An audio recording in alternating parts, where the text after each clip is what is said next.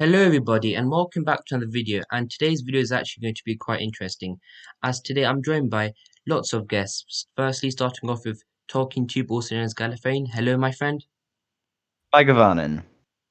And also I'm joined by Nicoline Bangan, also known as Nikki, How are you?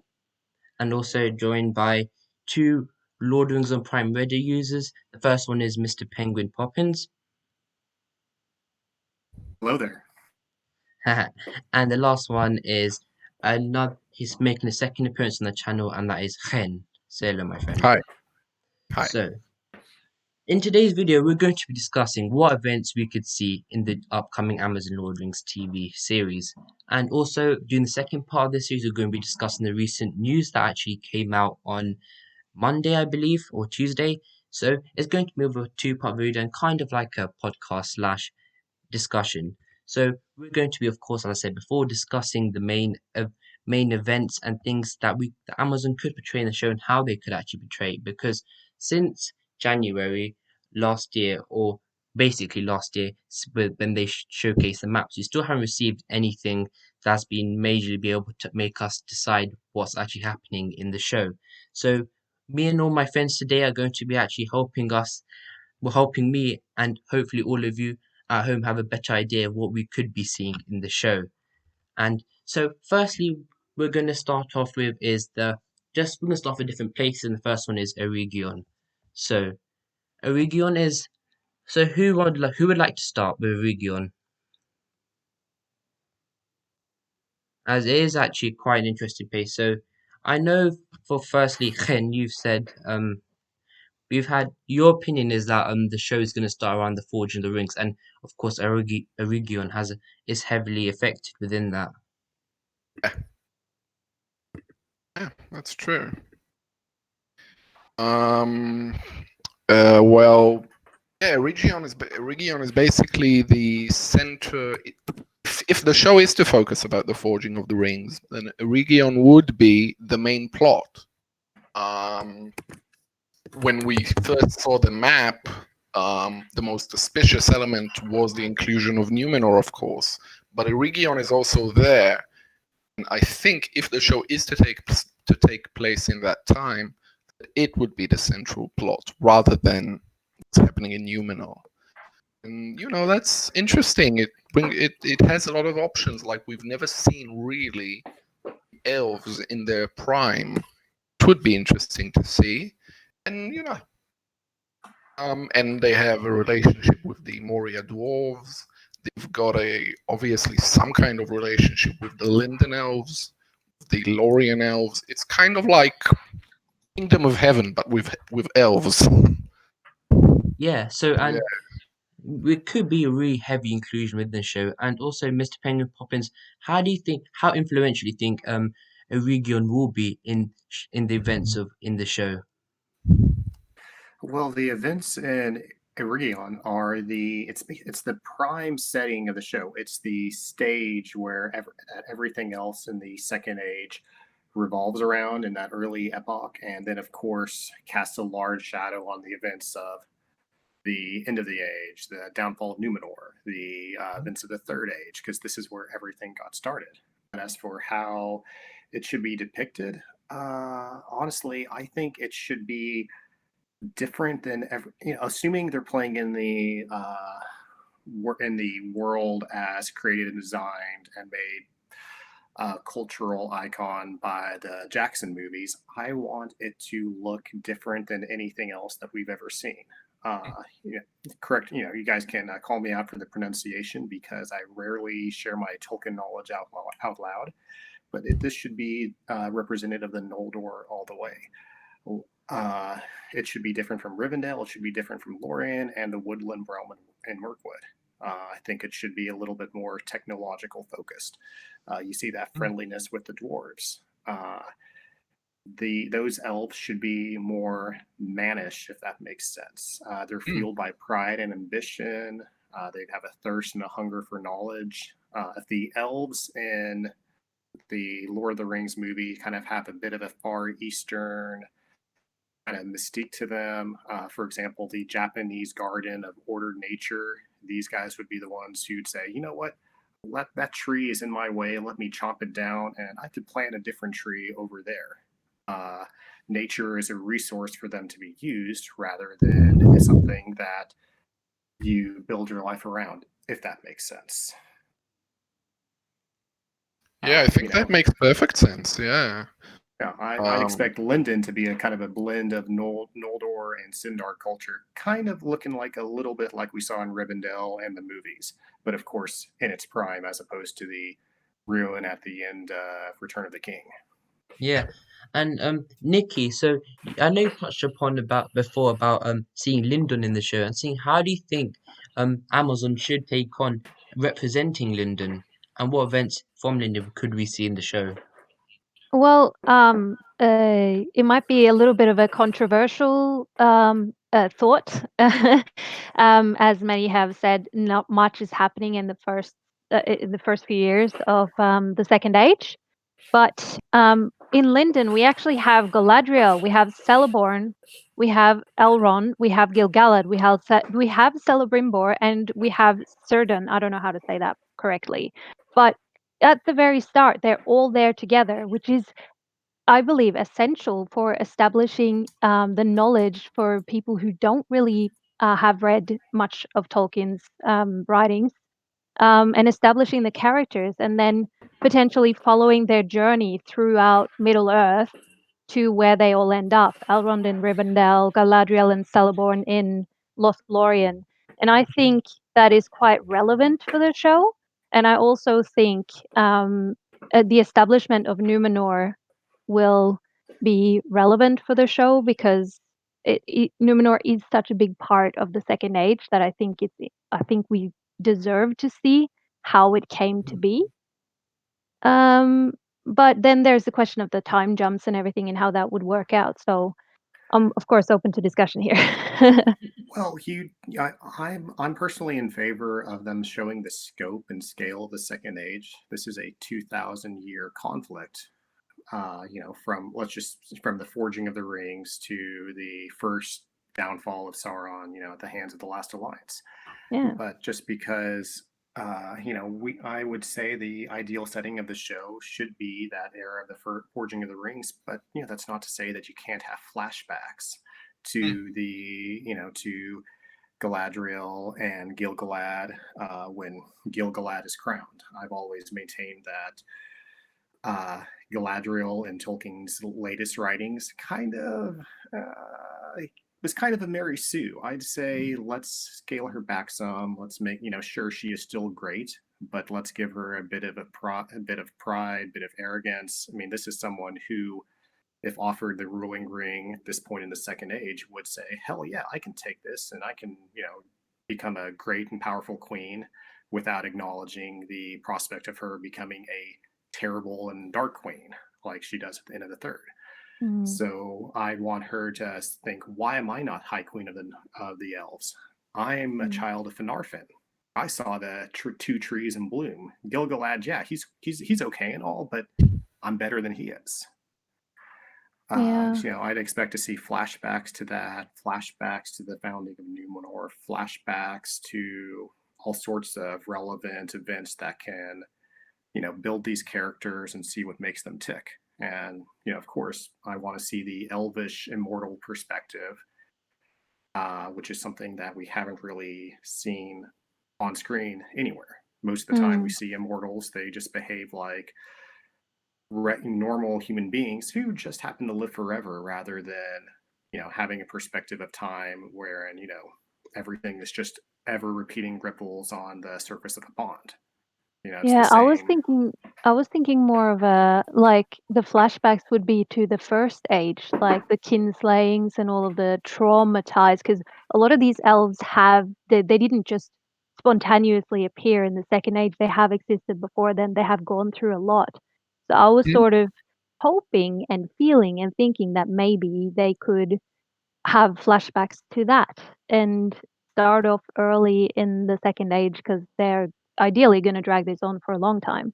And then do what they do in The Lord of the Rings with like the 50 years where Frodo has the ring and then he doesn't do anything is actually just 10 minutes or 5 minutes of the movie. That was my thought. Yeah, Yeah. go on, Ken.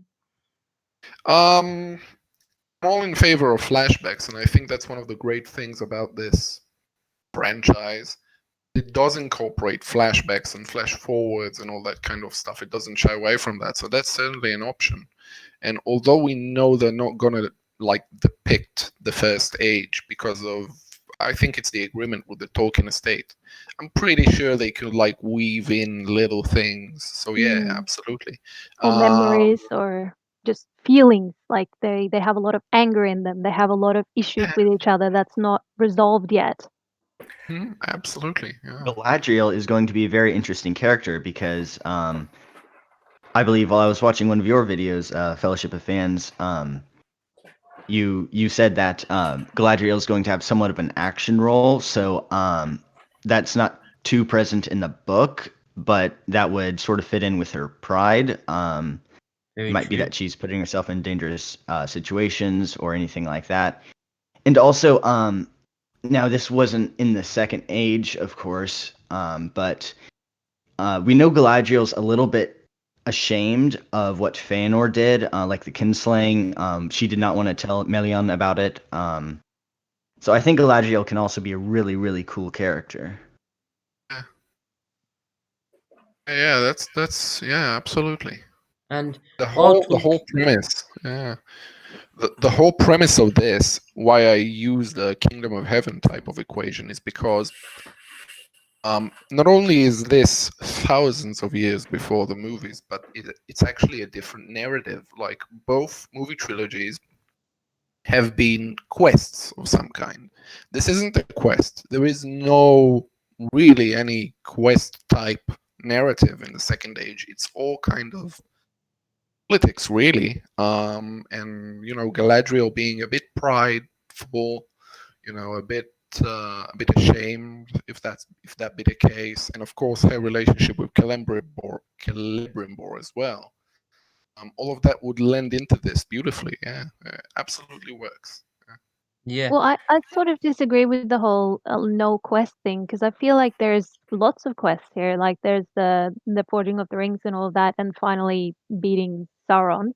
But there's like each individual character in this show is going to have an individual quest. Like Yeah, I mean quest in the sense of like going from one place to another. Set pieces along the way. That sort of thing.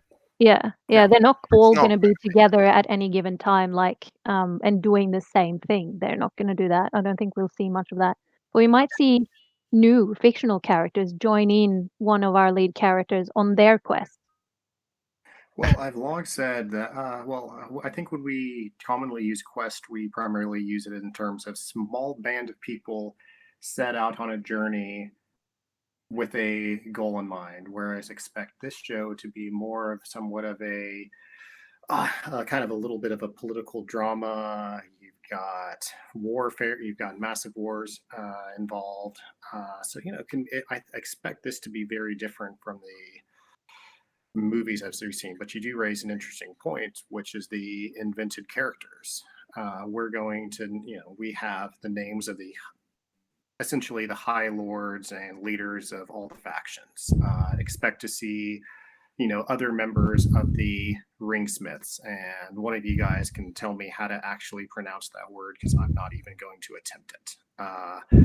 Aside from just Celebrimbor, I'd expect to see sub-generals and other lords under the Númenórean kings. Hell, I wouldn't, if Sauron is a actual character on screen, which by all means he should be.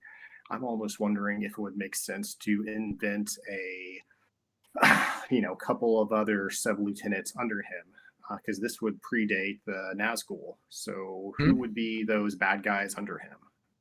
Early on, I had an idea for other lesser surviving Maya of Melkor to be along with him. You raise a very interesting point there, and seeing all these maybe potentially characters that may have been in Tolkien's work, but he didn't directly maybe not mention them. So, and then Amazon could use that to actually bring up these characters. But one character that I know, Mr. Penguin just said he doesn't find the best saying his name, is actually Celebrimbor. And Galifin, how influential do you think Celebrimbor will be in the show, maybe the first few seasons, and how and what events he is in, which could be heavily shown. I think he is going to be the main focus of probably one of the seasons, because we know that each season is going to be somewhat individual because of the titles. So I think that's going to be really interesting to see how Celebrimbor plays out. I'm assuming he will probably be the protagonist. A lot of people nowadays see him as the bad dude, but I mean he was really a victim of Sauron. So I Yeah, it think wasn't it really a is bad gonna guy. be Yeah, yeah, he's a and like tragic figure. Yeah. a video I might be making soon is actually on the Lord of the Rings game called Shadow of War, and in that game he is essentially, spoiler alert here, just skip ahead if you're watching this in the video. He's essentially the bad guy. So I think a lot of people think Celebrimbor, just like Isildur, they're like the evil guys, the super corrupt evil guys. But I think he's gonna end up playing the protagonist or the victim in the story. I kind of want to go back to Sauron because I think we know he's going to be in the show, and we also know which actor is going to play him based on what they've been saying and the IMDb Pro and all of that. At least it's almost certain. I think we might see him as sort of like a Strider character in the beginning. Like he'll be by himself, but he'll be very flattering. You know, he'll be Anatar. He'll be very charming, and he'll sort of creep around by himself in the beginning, and then after a while, once he's established himself as the bad guy, as Sauron, as Anatar, then we'll see more of his subordinates, more of his Mhm. um, evil helpers, put it that way. Yeah. This is a Like bit he put. different, but I was reading the Silmarillion recently, and in the book, Sauron actually comes sort of close to repenting. We don't know whether it was like true repentance. He comes very, very close to repenting, but he did not. And I think Sauron could really be the character that the entire series revolves around because he's, after all, the main antagonist, and Mhm. it would really make the series, the entire series, pretty interesting if it was sort of about the antagonist, or at least the antagonist's effects on all of Middle Earth. I to that to tack onto that thought, I wrote a note here. So look to. I know this will get an eye rolls from some of you here, but kind of look to kind of what Marvel did with the character Thanos as an example. I mean, Okay. he was a villain who earnestly believes he was right.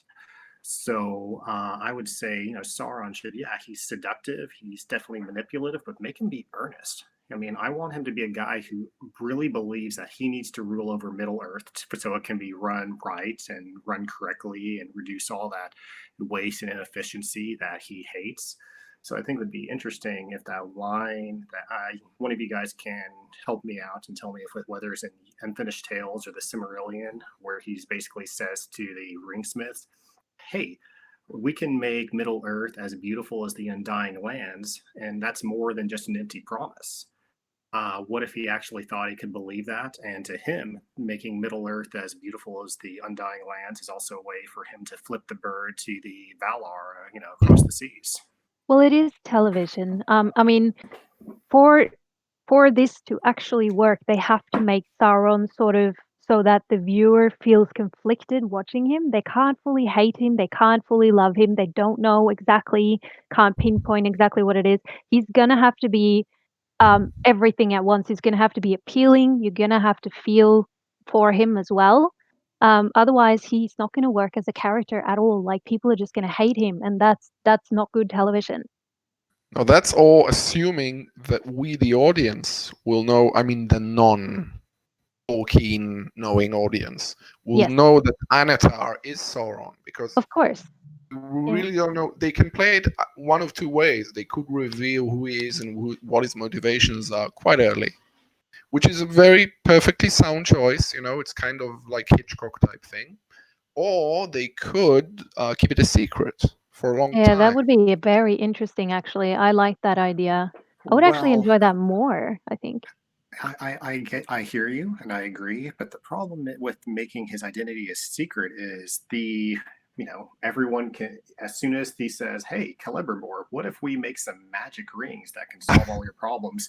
The Yeah, light bulb will the go cat's off for kind of everyone, out and of they'll the say, bag. "That's Sauron." You Yeah. can't push off that big reveal until you hear Will him it say, though? And also, like, a lot of fans will probably spoil it for other people as well. Yeah, Because but there are a lot of fans. will it though? Because I'm thinking like casual fans, like people who maybe like vaguely remember the prologue to the Fellowship of the Ring. Like Well, that really explains the whole forging of the rings very, very, very quickly. And so you don't really know who started forging Enterprise. And so the idea that, all they know is that Sauron made the One Ring. And so the idea that forging of the rings itself would spoil his identity for the casual fan, I don't know. But I really don't know how they'll play it. They can do one or two ways. They can do it halfway in the sense that they would reveal who he is before he makes the One Ring, but not so early that it's like obvious. So it's, I don't know. I really have no idea. It's the big conundrum of the show for me. That you do raise a good point, because the prologue, it does touch on the rings, but it doesn't really dive into the purpose. And memory serves that it kind of treats the rings as they were all intended as to be tools of governance, correct? Mhm. So, but we know that, hey, if you read the books, well, not that the core book really touches on that, but Unfinished Tales of the Rings of Power in the Third Age really break down the purpose of the rings as the elves were panicking. They wanted to stop from fading. They wanted to stop the slow entropy of Middle Earth. And of course they didn't. Many of them weren't quite ready to go back to the Undying Lands and to basically repent of their early rebellion. So that's how Sauron was able to weasel his way in. It's a wonderful piece of internal conflict. It's great. Yes. I hope to God that they use that Elvish motivation for the rings, and rather than just treat them kind of like the movies did, which, granted, the purpose of all the other rings didn't really matter within the context of the Lord of the Rings narrative. All that mattered was establishing the threat of Sauron and the One Ring. Yeah, they only explained it as quickly as they did because they needed to explain it quickly. Can I ask a question? Do you guys think that a lot of the Numenorian timeline will revolve around I'm sorry, I'm gonna say this wrong. Ar-Pharazôn? Pharazôn? The king of Numenor. I kind of feel like I want to see the whole history of Numenor, but that is where the turning point is for the Numenorians. That is where shit really hits the fan. I'm sorry. That's where things start going really wrong, and that's where Numenor and Sauron sort of intertwine. Yeah, I kind of I feel like think that's a very relevant storyline. I it's a think we relevant will. storyline, but there are things happening in Numenor earlier as well. So there Yeah. are events in Numenor that are concurrent with the forging timeline that are also interesting. And it's a theme that we've had in this franchise before of isolationism versus globalism. In the sense that, like, Interventionism. We all in the sense that, like, are in this together. the Numenorian queen doesn't want to intervene and help the elves, and it's that sort of thing, and that's interesting in its own right. We know that Amazon has the option for a spinoff, and I don't know enough about these sort of deals to know if that's kind of a standard thing that everyone does when they're acquiring the rights to franchise or material. I expect someone who's more knowledgeable to talk about that and to address that in the comments. But let's just assume that let's start with the assumption that we're correct. They're focusing on that earlier epoch, the forging of the rings, and ending with Sauron's first defeat and being driven out of the northwest corner of Middle Earth. I mean, why not use the tale of Aldarion and Arendis in this time period? You just, with a little bit of modification, I think it fits the setting. You just, instead of being adventurism versus staying at home, you have isolationism versus interventionism, along with the astute observation of Arendis that, hey, you don't just want to get involved so you can help the elves. You're also bored as hell. You're bored with peace and prosperity, and you want to go out and have an adventure like your great ancestor Tuor and Hor and Arendelle and so forth, which I think is a correct observation about the mental attitude of mankind in general. And it can also serve as a little bit, and it's been well noted that it's long been, very feminist perspective, for, at least on the part of Arendis. Yeah, I love the story of Eldarion and Arendis, and if I was writing it, I certainly would collapse the timeline so that it happens at the same time as the forging. I don't quite know if Amazon will do this, though. I hope, it's a good idea, but I don't know if they will go that way. Oh, true. So we know so far that Anatol will play an important part in the show as a whole, and we've touched upon that Amazon might use him as a main antagonist, but there's lots of events that he's actually been in, for example, the Forging of the Rings. And also, what I want to touch on for a bit is his relationship with Celebrimbor.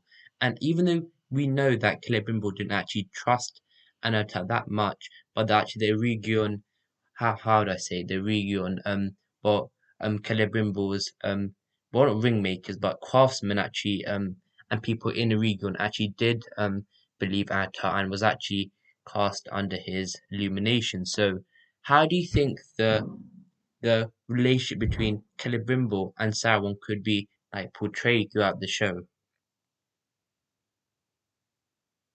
As I believe that it could be really, really key seeing their partnership. I personally think Celebrimbor should be someone who wholeheartedly trusts Sauron, because he not only invites him in, he also rebels against Galadriel. I mean, and I can't imagine him distrusting Anatar, yet rebelling against Galadriel of his own volition. So I kind of have to disagree with your assertion there. I feel like it will be a friendship. Like it will be a growing friendship, but you'll always question whether it's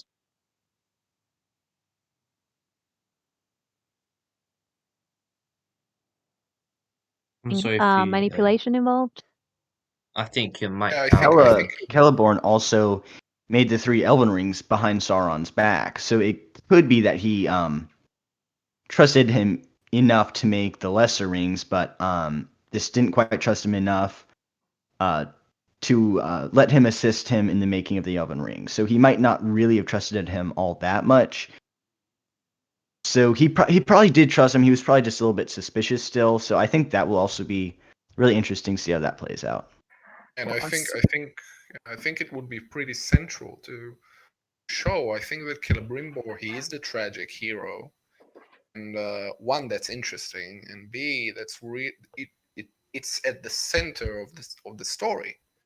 So I think getting Celebrimbor and his relationship with Anatar right is like the central thing that this show has to do right.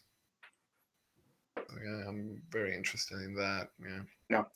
Well, one of the things that I wouldn't concern, maybe too strong of a word, but Tolkien uses the word he seduced them, and I think it's very easy for us to attach sexual tones to that, and I certainly hope they don't go in that direction. For me, just the really sexual, seductive villain worming his way in, it just strikes me as incredibly cheesy. I'd much prefer Sauron to be, especially as Anatar, be incredibly charismatic, and you hear this guy and you think, you know what?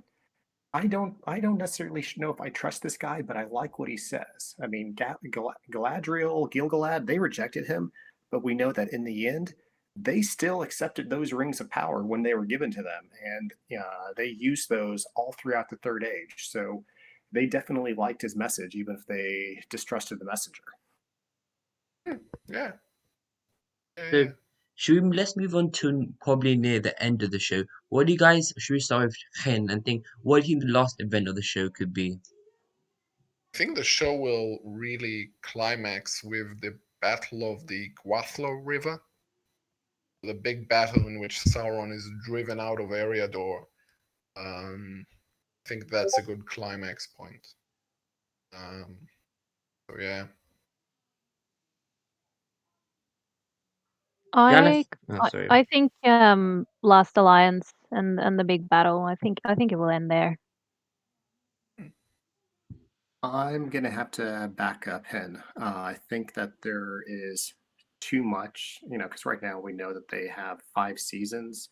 I think there's just too much going on in the Second Age to start here, then wrap up with the Last Alliance. But I like the concept of the Battle of the Gwathlo because if there is a spin-off show, which in my head I envision as a sequel, it's a great place to end because Sauron is defeated. He is driven back, but he is not defeated. He's still a threat. You have the elves recovering. Sauron's reclaimed 16 of those, the rings of power. And he's also just got his ass kicked, excuse me, by the Numenorians and realizing how strong these guys are. And at the same time, you also have the Numenorians who realize, hey, we are strong, we're powerful, and while they're not quite thinking Middle Earth is ripe for the taking, we're better than everyone, you have the beginnings of that thought process taking root, which will of course come full bloom. And later, when you see Imperial Numenor, that is scarcely different than Sauron. By the time Ar-Pharazôn and the Great Armada is what he launched against the West. So whatever you want to call the Armada, he sends against Mordor later. Yeah, and so Gallifreyan, what do you think? How do you think Amazon should actually cope with the idea of showing Numenor this vast island, and how to portray it through 5 seasons? And what events from Numenor do you think we could see within these apparent 5 seasons so far? As we know, there could be a spin-off, and there may be more seasons, maybe as well. Yeah, that's something really interesting to think about because we know that the elves are going to be a big part of the series, so it's going to be really, really hard to imagine how you can have men like the men of Numenor on one hand, and then the elves, and I don't know how they're going to keep both of those two kingdoms in the main focus at once. So what I think it might be is that like the first season begins with Numenor, so it could I don't know, begin with even the making of Numenor. It's unlikely, but it could be that. But I would imagine Numenor is going to be sort of a recurring theme, so it might dance around between Numenor, Eregion, and whatever other places they're going to explore. I remember thinking sometime earlier, because I wasn't a very avid fan, but how many plot threads did like Game of Thrones juggle at once at the most? Yeah, well, it's quite a lot. So It's right. it's doable. It's doable. But I am gonna have to disagree with the Numenor being the start, considering all of the cast that's been announced, apart from a few of them, are gonna be elves. Most likely, like one of them is Galadriel, one of them is clearly gonna be Elrond because the actor that was originally chosen to be him looks exactly like what's his name? Yeah, Hugo Weaving. And he was also announced to be Elrond at the start, and he was announced to be the lead of the entire, at least the first season. So I'm thinking they're gonna start focusing on the elves. And I also want to say on that, the cast is so young. The people that are gonna play the elves are so young. And if Galadriel's daughter is going to be in the show, that's going to have to be later because it doesn't make sense that she already has a child when she looks like a child herself. I just can't, it doesn't add up in my head. That's why I feel like the show should start earlier in the years. Well, as far as the perspective of the cast age and how they look, it's just funny how I think that now as I'm hitting my mid 30s and I look at people in their 20s and I think they all look like babies to me. So it could just all be relative. Yeah, But I think it's possible. possible to do a relatively young cast and still not make it feel too kind of teenagery. It is possible to do that. That's why I keep referencing Kingdom of Heaven, because the cast in that one is pretty young as well, and they don't feel like babies in any way still. True, And but it still wouldn't make sense to use two actors around the same age, as one is the mother and one is the daughter. You can say that they're elves, but at the same time, it still doesn't make sense. Well, I mean, the Rango and Numenorians, Legolas though. True. Yeah. well, They were I mean, pretty close. That's true. in universe, let's consider the Numenorians. They age and mature at the same rate as we do. Yeah. Basically, from childhood, or excuse me, from being an infant to an adult may take the same 20, 18, 25 years, whatever you consider to be the age of majority. And the only difference is the rest of their 20s, 30s, and 40s, as we think of them, are centuries rather than just mere decades. So you could have a father and a son played by people that are precisely the same age. The only difference in their show, one of them is a century older than the other guy. So that's a very good point. In universe, it can work. I concur. That's 100%. That's a very good point. Yeah, but the family of Galadriel is an issue, I think, because she has husband and a daughter, and how do you, I don't know, it's just kind of weird for a leading lady, you know what I mean? I'm sure they'll do they'll play the relationship with Celeborn somewhat, not entirely harmonious, I'm sure. They'll have arguments and things along the way. Let's not forget. Kind of makes sense. Yeah. Well, Celebrimbor did have a serious crush on Galadriel, so in one version of the story, yes. Yeah. I mean, I would expect them to pull elements from the various different of the versions that match with the story they want to tell, or otherwise just kind of disregard it entirely. If the Tolkien estate approves it. Okay, so moving on now, how do you guys believe the sacking of Eregion could be presented within the show? And I know I'll start with Penguin Poppins here. So how do you believe that Amazon could show this?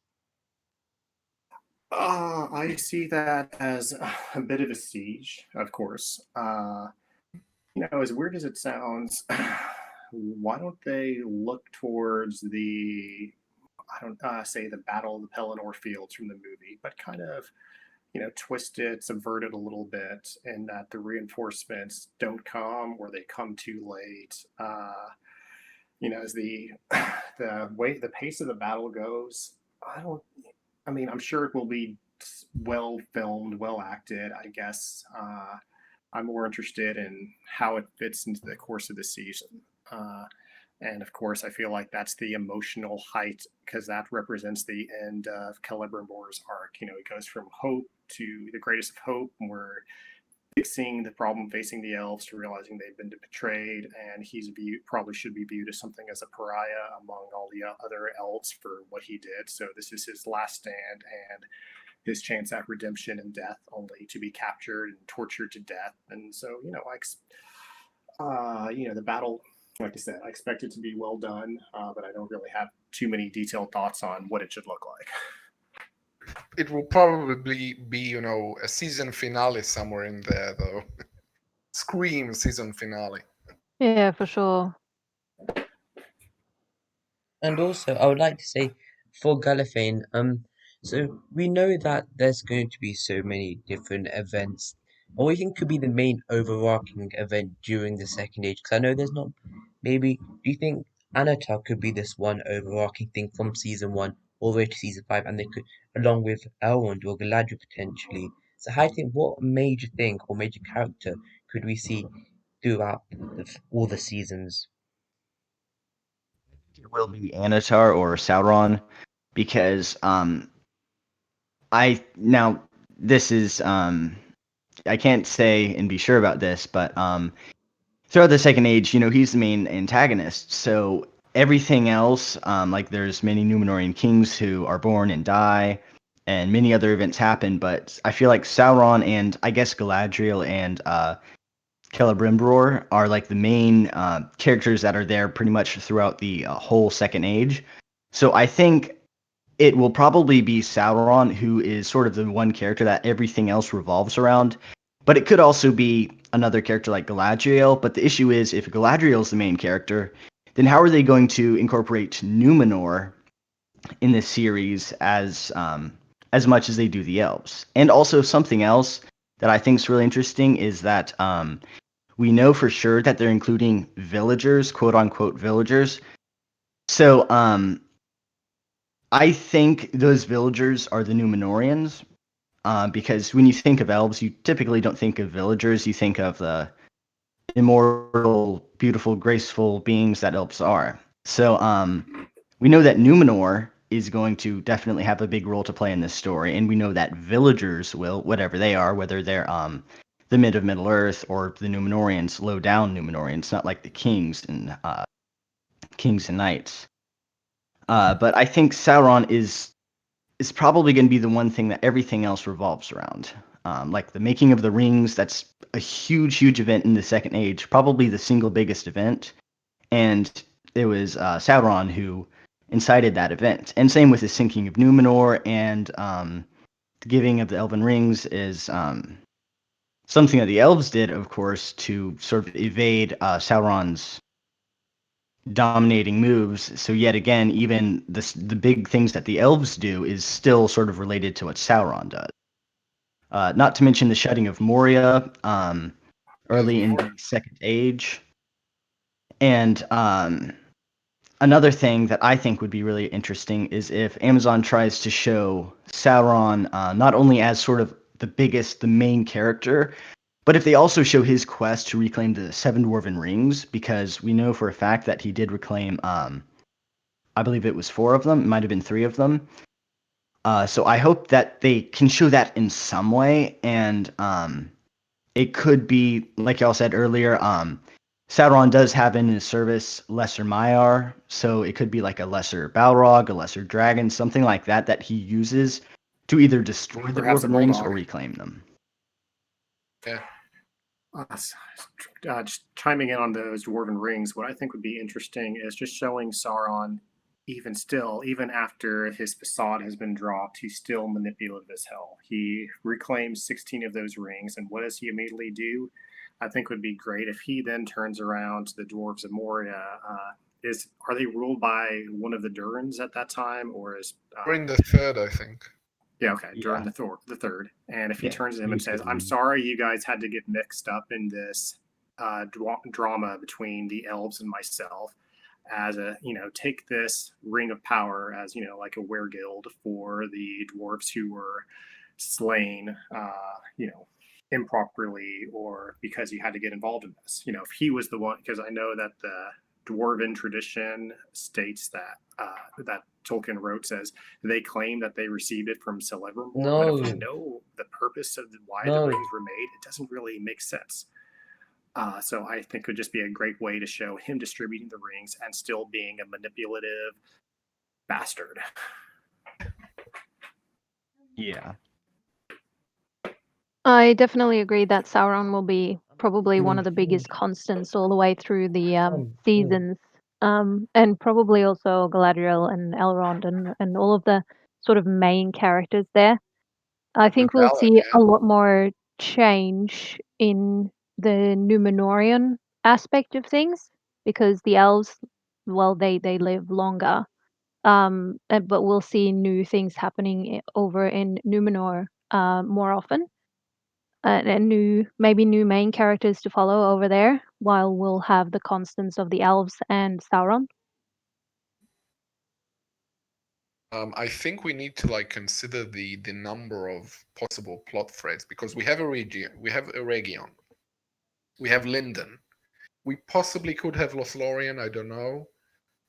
We have Numenor, but there's also a Numenorian colony at this time on there, and they're kind of mixed up with the Middle-earth natives, and they have a kind of colonialist thing going on. So that could definitely be another subplot that would involve those villages. And there's the dwarves in Moria. And so they could be juggling quite a few pots at the same time. I really do hope that they include the dwarves of Moria because in The Hobbit, the dwarves weren't portrayed very well. They were pretty much foolish and really, really just, I don't know, they were foolish and they just weren't wise at all like Dane Ironfoot was. They were just pretty much big They were hunks all of meat drunken that ate all the Harry's. food. They were all Yeah. drunken Harry Scotsmen. Isn't that Yeah, so I isn't feel that like already a given though, with the connection of the elves and the dwarves leading to them obtaining the knowledge that helps them forge the rings in the first place? Doesn't that sort of make sense that they would establish that? And I also think one of the lead characters, I saw a picture he posted on Instagram, and he was clearly done up as a dwarf, so he's definitely in the first season. that's good. So yeah, I think that would make sense. And I really hope so because I love Moria. I love Casa Duma. I think even the scenes in the Lord of the Rings was amazing. So I can't wait to see what they do with it. It's gonna be epic. Hell, yeah. something that made me a little bit Dwarves. sad watching the Lord of the Rings films was Gimli was just comedic relief. He wasn't really a character with much depth. So I think Amazon can sort of right all those wrongs done to dwarves previously. It's weird. Out of all the things in Lord of the Rings, I'm not saying I dislike the dwarves. I just find them the least bit. They're just the least interesting race in the setting for me. They're almost kind of, and then Tolkien kind of feels that way as too because they're there, but they're usually just kind of in the background of everything. They're in the background of the Silmarillion. They're primarily in the background of the Second and Third Age. There's not a whole lot of stuff focusing on them outside of The Hobbit, which we know was originally conceived as outside of his greater epic set within Arda. So, in a way, I almost feel like dwarves. Now, this is just me. This is just my thought process, but I just don't see them having a big role in there. But they do essentially sally forth to attack Sauron's backside when he's in Iradior. So you have to kind of build up that relationship. I just don't know enough and don't think about them enough to really see how they can do that. Right. Aside from in agreement with you, breaking free of the comedic stereotypes that they developed in Lord of the Rings, then doubled and tripled down upon in the Hobbit films. Yeah, I think you're right. The dwarves are Tolkien's least well-drawn race, really, because they started out as a villainous race in his early writings, and they kind of morphed into something more sympathetic. But I think visually, in terms of movies, when people think of Middle Earth, they do think of like elves and hobbits, which we're not gonna have, but anyway, and they think of dwarves as well. So they are kind of part of the palette. I like the hobbits in the Hobbit, so I'm looking forward to seeing more of them. Yeah, absolutely. I'm sorry to interrupt now, but the final event that I want you guys to have your opinions on is, will we be seeing the fall of Numenor in the show? And Nikki, so what do you think we'll be seeing the fall of Numenor?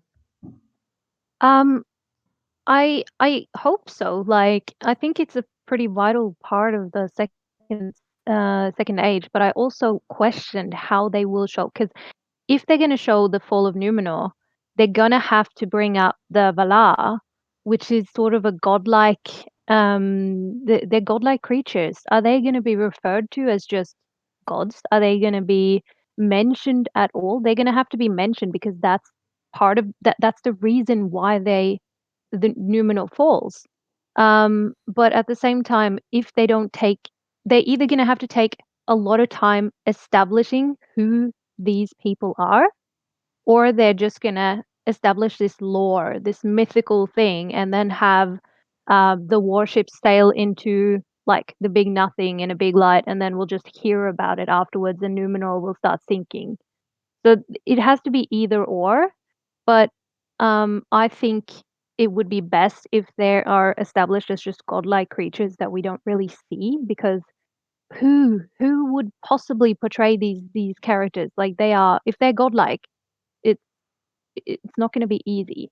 Yeah, it's like Stanley Kubrick once said, "You can't show the face of God." And yeah, I completely agree. Showing the Valar in any way would be kind of demystifying in a way. Yeah. So yeah, I Was think they'll kind of dance around it. Was it Wrath of the Titans where you had Liam Neeson Liam in Neeson, golden glitter? Yeah, playing Zeus. Oh, it just looks terrible. Doesn't work at all. It's just horrible. Yeah, But- showing God. I'd like to add, if you introduce gods to the story but don't really explain everything about them, it opens up a whole lot of plot holes. Sort of like Then they should have No. started with the first age. They kind of missed out Yeah, the I agree. opportunity to talk about them when they skipped the whole first age and jumped straight into second age. I totally agree. I think the second age should have been the offshoot. I had this idea, and I'll dig it up and post a link to it on Reddit. And Jen, I know that you've seen this. Oh, excuse me, Hen. I'm used to reading your username in my head. I know you've seen it, but essentially it was a cold open idea in which you saw a wounded and ragged Sauron fleeing from the destruction. And correct me if I'm Bellerand. I'm sure someone will call me out in the comments. And he looks back and he sees this landscape in agony with, earthquakes splitting open the land, the sea roaring in, mountains collapsing, and then of course Sauron looks at that. He's kind of dressed in Dark Lord armor. He takes off his helmet, casts it aside. If there was some Morgoth heraldry, which I know is just black, that we could associate with him, that he's essentially showing as discarding, before he looks to the west and collapses, and his spirit flees off into the darkness of the east. And then later, you can explain that cold opening as the gods intervene to defeat the original Dark Lord. But in doing so, it seriously broke a continent. So, the elves don't expect the gods to intervene ever again like that. So when Numenor finally is destroyed, it's a shock to all parties involved. Because you said this isn't going to happen, it's not going to happen, the gods can't do that. Well, and all of a sudden they do that. So it can be done. You just have to lay the correct foundation ahead of time. The whole fall of Numenor is very tricky to handle, not only because of the gods, but I think you will have to work pretty hard for people not to have too strong biblical associations with the deluge and everything. It's a tragic ending, and we don't really see that kind of Wagner and then everyone died the end type of stories anymore. So it's a tricky storyline, which is another reason why I think they'll wait with it. But it is still quite important.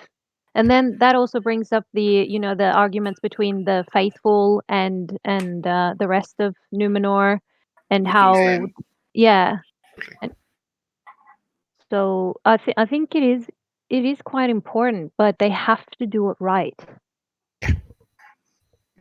Yeah, and on that note, should we finally go around and everyone should start with Ken? And what event are you most looking forward to seeing in the Amazon Lord of the Rings TV series? And do you think they should, and how do you think they should go about doing it?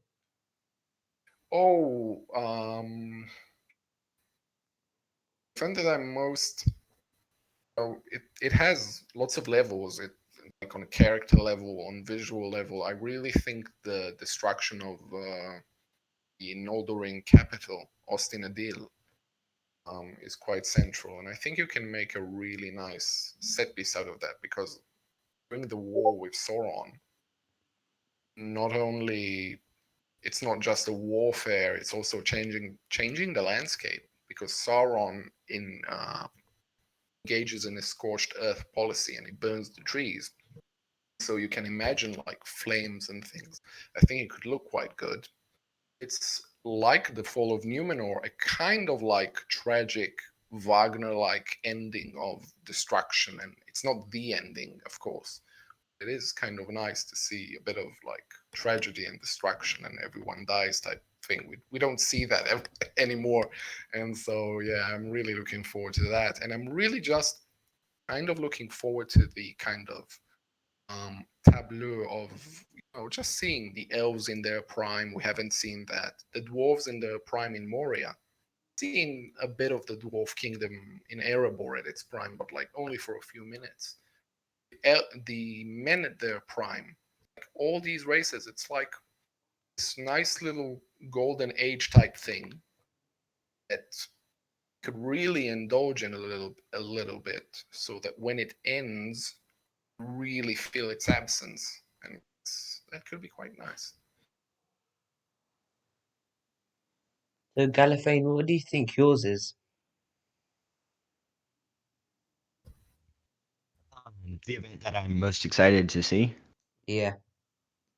Um, I really think it's not like the Forging of the Ring or anything else. I think it's mostly what Amazon's going to do with the stuff that they're going to show that wasn't strictly in the book. Like I said earlier, there's going to be villagers for sure.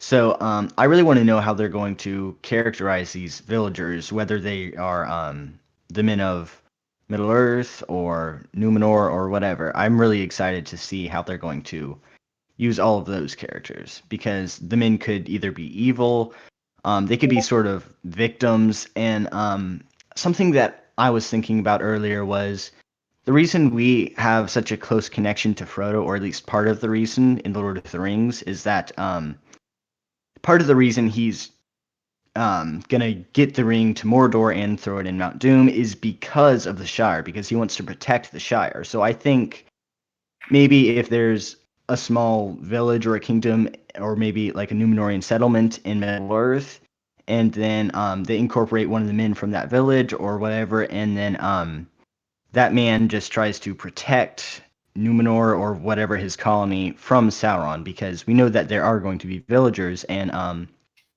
I think it'd be a pretty good character development if he was sort of in the same situation that Frodo was in The Lord of the Rings. Yeah, that is actually really interesting. And on to Penguin Poppins. What's yours?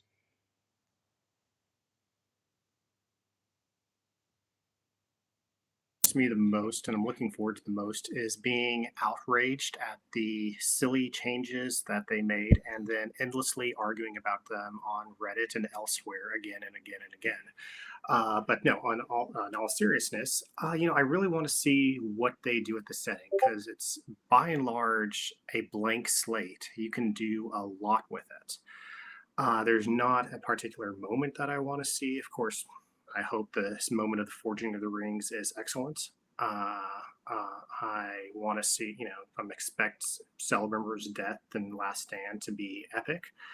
Of course, the destruction of Numenor should be a CGI spectacle, and there's so many things. I really want to see the difference between the Elvish perspective and the Mannish perspective. Elves can take the long road. They can wait. They can wait. They can wait. I mean, we see this in the Third Age with the Watchful Peace, when they just, this wasn't the Watchful Peace, when they realized this was Sauron and Dol Guldur, and they just waited and waited and waited. Whereas the Mannish perspective would be, oh crap, it's Sauron. We should go attack him and drive him out now, and just see that difference there, and how both perspectives can be right and wrong at the same time.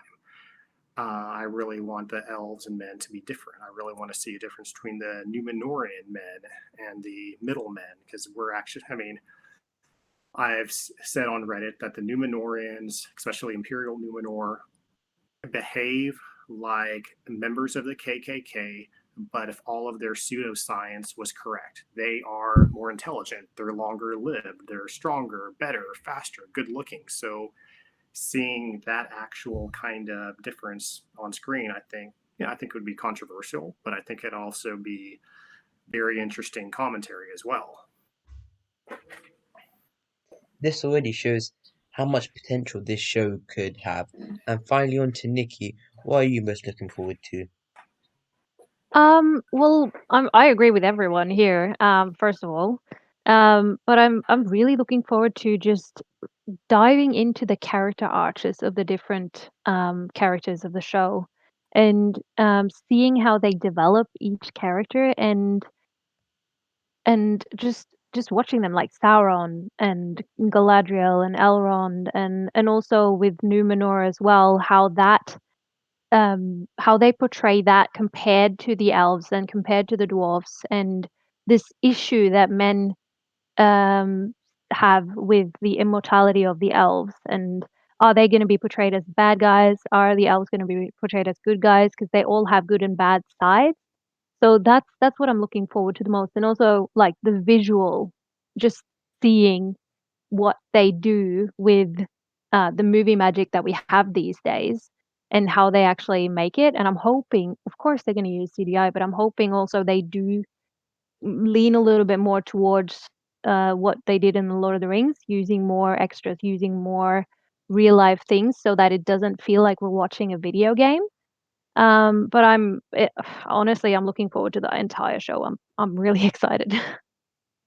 And that is wonderful, and hopefully our hopes will be repaid by Amazon. But now moving on to the news that came out last week. I know stuff like the show probably be coming out 2021 and then finishing filming by April time. But the main bit is apparently, as I'll say, this is not confirmed, but it's come from really reliable source that each season will have its own subtitle basically, and this may lead to potential time jumps. So, Penguin, what do you think about this?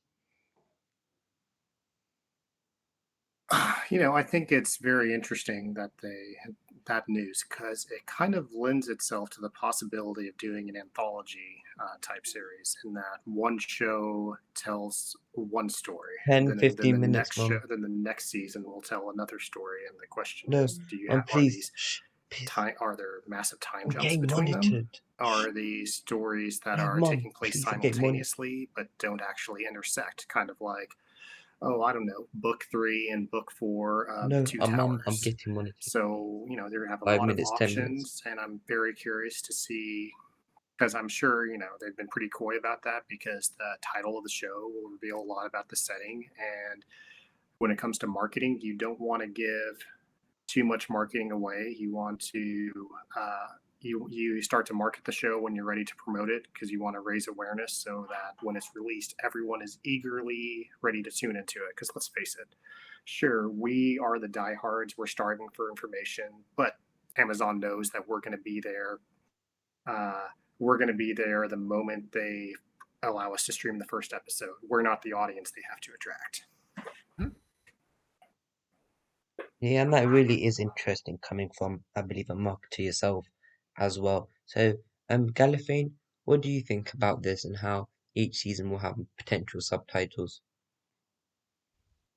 Really just interested. I've got entirely no clue how it's going to play. Although I'm guessing, if I'm honest, I think it will definitely revolve around Sauron, with Galadriel, Celebrimbor, maybe even Celeborn, and what have you. They're going to all be revolving around Sauron, sort of switching off. So one season it'll be Galadriel, the next it'll be I'm probably saying this wrong, Arphazon, or whatever the Numenorian king was at the time of the sinking of Numenor. So I've got no clue how it's going to play out, but I sort of do, and that's my guess. I don't think the idea of subtitles for each season necessarily means that it will be anthological with time jumps. Like Lord of the Rings, each entry has its own subtitle, and yet there aren't really any time jumps between the volumes, and so it could be that thing. It could just be really an aesthetic choice. It could not be. What I was saying is it's probably going to be a bit of a perspective jump, so it's going to like focus more on the Numenorians and then more on, I don't know, Lothlorien or whatever else the focus is going to be. Could be. Well, of course, we're all taking our own assumptions, and then building, building castles and structures on it. When again, we're just starting with assumptions. But that is. Oh, Nikki, if you want to say anything. Yeah, well, I agree with you guys. I have written sort of thoughts on what the subtitles could be. Like one of them is the perspective titles. Like each season has a name that is the character we're going to be following at that time. They could run consecutively, like they could run parallel to each other. So we'll just see different angles. So one will be Sauron, one will be Galadriel, one will be Elrond. The other thought I had was maybe it's place names, so it's based on cities. So we'll have different hubs for every season. And then another one is maybe the rings could be like we're following the rings or like the forging of them or the story of them. The Nazguls could have potentially, and the Nine could potentially have their own.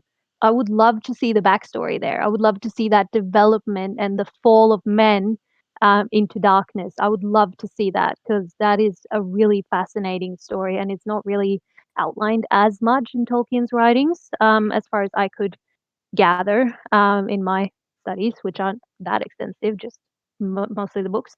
But that was my thoughts. And then the last one is, of course, there are time jumps between every time something really interesting happens in the Second Age. So it could just be that, like every major event. So they'll jump through it that way, sort of. Not to offend the die-hard fans, they'll be like not including any time jumps in the actual seasons, but using each season as a time jump, sort of. That's my thoughts. Could be. Yeah. I'm kind of not a huge fan of the idea of time jumps. It's good for completionism, like if you want to get a whole thing. But like I'm trying to think of another TV show that I've seen done that. The extent that this show will have to do if it's going to do the whole of the Second Age. Well, Like- what other show has attempted to show a 2,000-year conflict? Yeah, exactly. It's very tricky. But I do think like this conflict has two kind of like main timelines. One is the forging of the rings, and it's a couple of hundreds of years, but you know, because all the characters are so long lived, 100 years in this show would be the equivalent of, I don't know, a decade in another show, which is feasible. Then you have a big time jump, and then you have the events of the fall of Numenor. The Last Alliance, it all happens within less than 200 years. So you really Maybe have to. Amazon's solution might be the spin-offs. Could that be a key solution?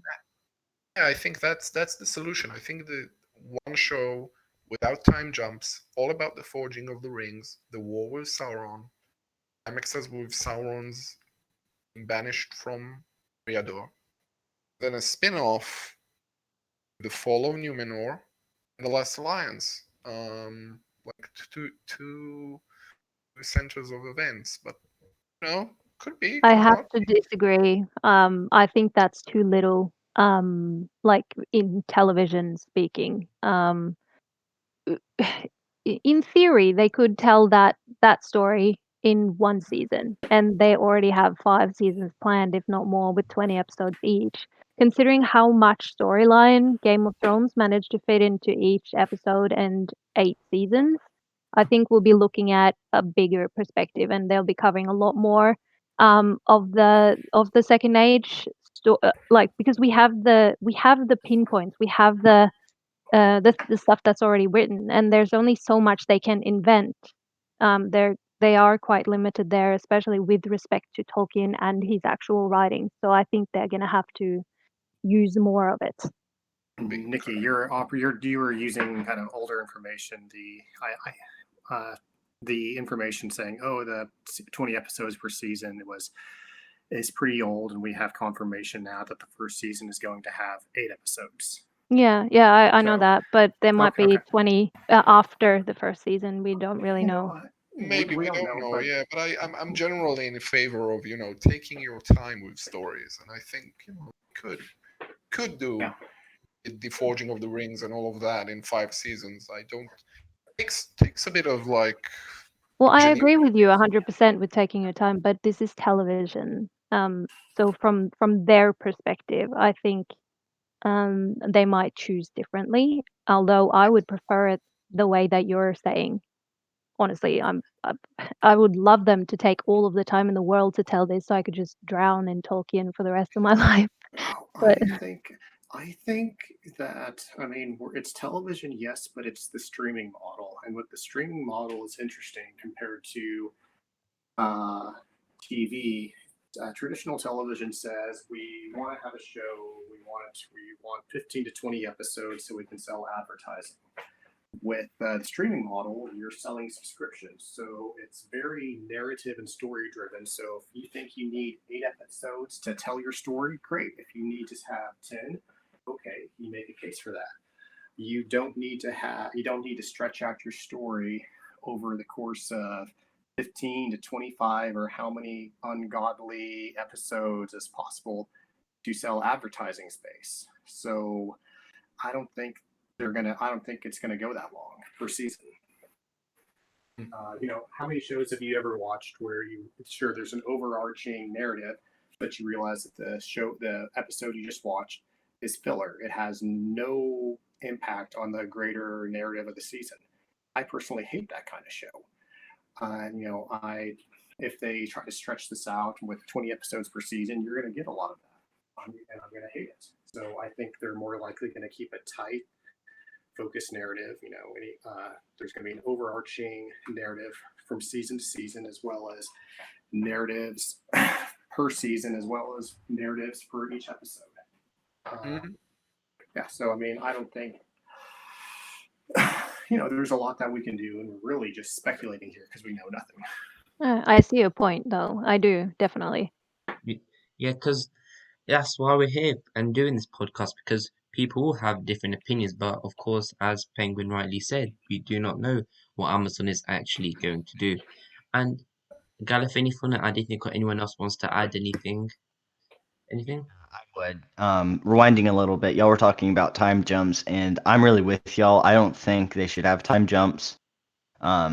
Somewhat recently, I watched a TV show, and it had a fantastic plot and everything like that. It had good graphics as well, but they didn't really develop the characters well, and so I just didn't like the movie whatsoever. So I think with Amazon, the big issue with time jumps is that it's really hard to develop a character. Then at the end of that season, after just 8 episodes or whatever, to just sort of put that character in the back and then introduce a new character every single season for 5 seasons, it's sort of going to make it'll keep a really good Tolkien plot, but it'll just sort of hinder the character development with time jumps. Yeah, I agree on that. I love character development. Is one of the most important things in a TV show. And that's why I think Amazon should focus on Anatar as the main, obviously not hero, the main antagonist of the story. And I think he should be the main character because he's the one character that's present throughout the entire Second Age. Because 5 if you take minutes. him out of the Second Age, then you just have Don't go nothing, downstairs. really nothing. Well, do you think he pretty much does drive the narrative? But the one thing I like about the idea of time jumps is we know that the Numenorian jealousy of the elves and their immortality is basically one of the driving factors of their fall. And I just have this idea in my head of for example, throw out a young Prince Aldarion meeting Gil-galad or Elrond. Then later, aging and seasoned Aldarion meets those same two characters, and of course, the elves are exactly the same. And then you see him, and he's now old, and you can just see that reaction going on, the thought process. that would be cool? Yeah, I mean, that's why I'd want to have. How else can you show that cultural feel, that cultural jealousy that develops with that? Your other option is just telling it. Oh, they're jealous of the elves, and we all know that. Yeah, they'd have to show it to make it interesting. They'd have to show it. But can I just throw one thing in? A thought that I just had with Sauron being the main antagonist. I sort of feel like Elrond would be one of the main heroes just because he's there at the start and then he's there at the end when they throw the ring in. He's yelling at Isildur to put it in. He's there during the whole thing. So maybe they would play these two characters up against each other, and everyone else will just be. They'll be main characters, but they'll be around. I agree. So, unless anyone has anything to add. I do actually. Something Okay. I don't think you need necessarily big time jumps to get across the idea of the immortality of the elves as opposed to the long-lived mortality of the Numenorians, because like the story of the forging and the war takes easily what is it, 200 years, I think? It's 200 years, which isn't a ton in terms of Numenorian longevity, but it does mean that like the queen, the Numenorian queen at that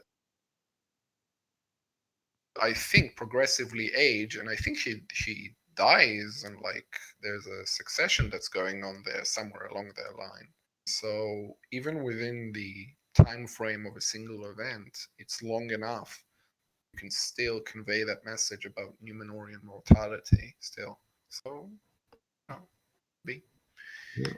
These are lots of things for Amazon to consider, and I'd like to really thank Nicolene Bangan, Talking Tube, aka Galafane, and of course Chen and Mr. Penguin Poppins for joining me on today's video. Thank you guys. It's been a really good discussion.